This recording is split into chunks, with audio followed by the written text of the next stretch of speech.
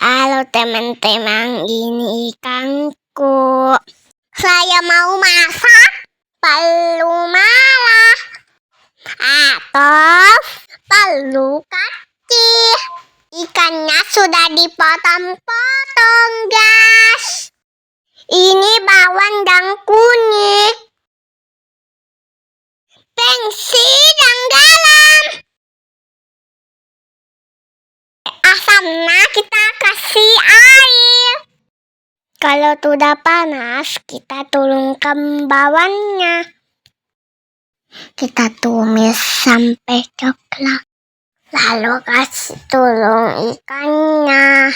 Air asam, kunyit, pensil dan garam. Kasih juga gula merah, serai dan cabai. Nah, ikannya sudah masak. Mari kita coba.